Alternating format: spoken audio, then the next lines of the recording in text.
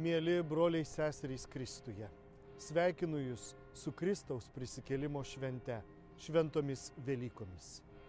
Krikščionis yra vilties nešėjas, gerosios naujienos nešėjas. Taigi neškime į savo gyvenimus, į savo šeimas viltį, meilę, nes pasauliui to labai reikia, kilniu, gražiu savo gyvenimu. Būkite pasveikinti, būkite apglėbti, palaimintų Jums Kristaus prisikėlimo švenčių.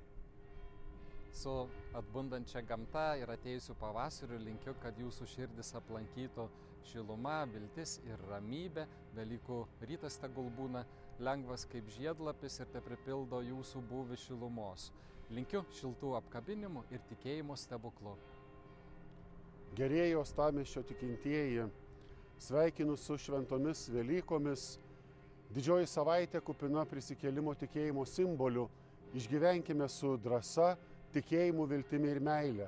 O šventas rytas, prisikėlimo rytas, te atneša Jūsų šeimas džiaugsmą, tikėjimą, viltį ir meilę. Su šventom Velykom. Velykos švenčiame ne savo nuopelnus, bet Dievo pergalę prieš mūsų nuodėmes, kai Jėzus Kristus mirtimi nugalėjo mirtį. Sveikinu visus, kuriuos tikėjimas prikelia naujam gyvenimui.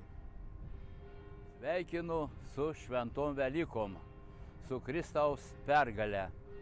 Šį velykinę džiaugsmą parneškite į namus, pasidalinkite su artimaisiais ir kaimynais. Linkiu visuose sunkumuose išlaikyti tikėjimą, daugiau gerumo ir atlaidumo tarpusavyje, šeimose tarp pažįstamų. Gerų Jums švenčių!